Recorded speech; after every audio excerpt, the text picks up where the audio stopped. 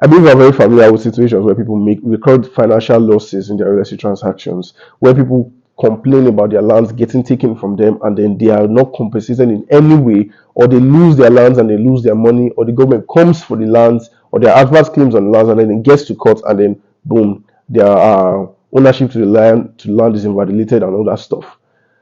I know we've been thinking, how can we mitigate on this risk? How can we stop this from happening to us when we make purchases in real estate, especially in Lagos, Nigeria? I'm your favorite real estate guy, Esusa Asemuta, and welcome to our YouTube channel, Inspired Realty.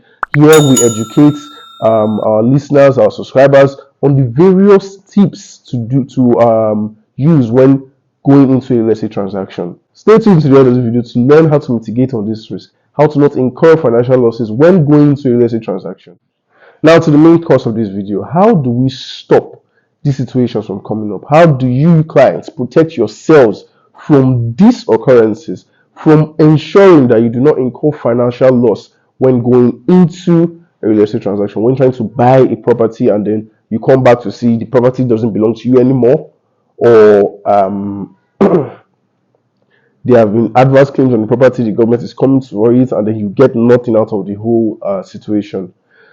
There is a clause that is included in every sales agreement that Nigerians, Lagosians, tend to overlook. And that clause is what protects clients and developers, clients, buyers, sellers, everyone from incurring losses relating to that land. It's called an indemnity clause. And many people are not aware of the significance of an indemnity clause. This clause ensures that in the event of a default in title or adverse claims on the land, you are protected perfectly from any sort of unfortunate events or unfortunate circumstances that deals with the real estate transaction. Now, what is an indemnity clause? Now, an indemnity clause is a contractual provision that ensures that one party compensates another party in the event of a loss or any specific event that affects an asset. The asset therein is the one that is consigned with the clause. Now, in real estate, an indemnity clause indemnifies you from any adverse claims or defect in title on the property. Now, typically, the indemnity clause states that in the event of an adverse claim or default in the title, the client is to be compensated with another property in the same geographical location as the land, or to be compensated with cash value of that same, rather with cash of that same value of the property. Now, this indemnity clause primarily protects the buyer, meaning should the government come for the property due to a defect in the title, or should there be adverse claims on the land, meaning a different party comes to claim ownership of the land, different from the seller that sold it to you, you have the right to be compensated with another land of the same value in the same geographical location or monetary value for that land as at that time. Now, this has been put into place to help and make sure that buyers do not incur financial losses in a real estate transaction. Now, indemnity clause does not only protect the buyer, it also protects the seller. In the case of a breach in the agreement, the seller, depending on what's in the agreement now, the seller can decide, okay, we would give you a refund, deducting a certain percentage for administrative cost, or the buyer brings up a new buyer to buy that property from the seller at the same value as which the former buyer bought it.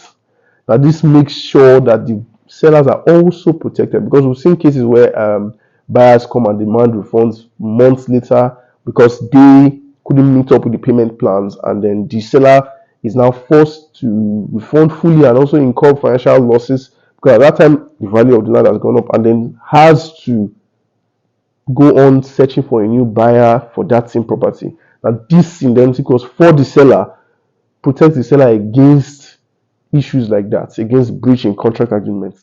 Do well to like this video and subscribe to this channel, and also share the link so you can share this knowledge to your friends, to your relatives, so they also can be guided whenever going into a real estate transaction with any developer. Like I said, there are various types and examples of an indemnity clause. The one where the developer or seller assures the buyer that if there are any adverse claims to the ownership of the land, or a defect in the title, is that the client or sell or buyer rather would be given a different property in the same geographical location of the same value. And then there are others where the developer assures the buyer that in the event of an adverse claim in the property ownership or a defect in the title, the developer will assure the buyer that he will be given compensated rather the cash value of that property as at that time. But there are also indemnity clauses that protects the seller, like I said before. An example is one where the seller is indemnified from any claims due to a contract breach by the buyer. Now, this type entirely doesn't give proper details rather as to what happens or the result or whatever. It's just a very, very, very broad clause that is usually not advised. With a legal document, things should be explicitly stated so there won't be any conflict of interest in the event of legal problems with the transaction. Another example will be in case of a breach or request for a refund. The refund will be given, but with a subtraction to administrative costs, rather, dealing with the whole property. Then another example also includes in the event of a breach of agreement or a refund, the buyer would provide another buyer that will pay the exact value of what the previous buyer paid to supplement the transaction.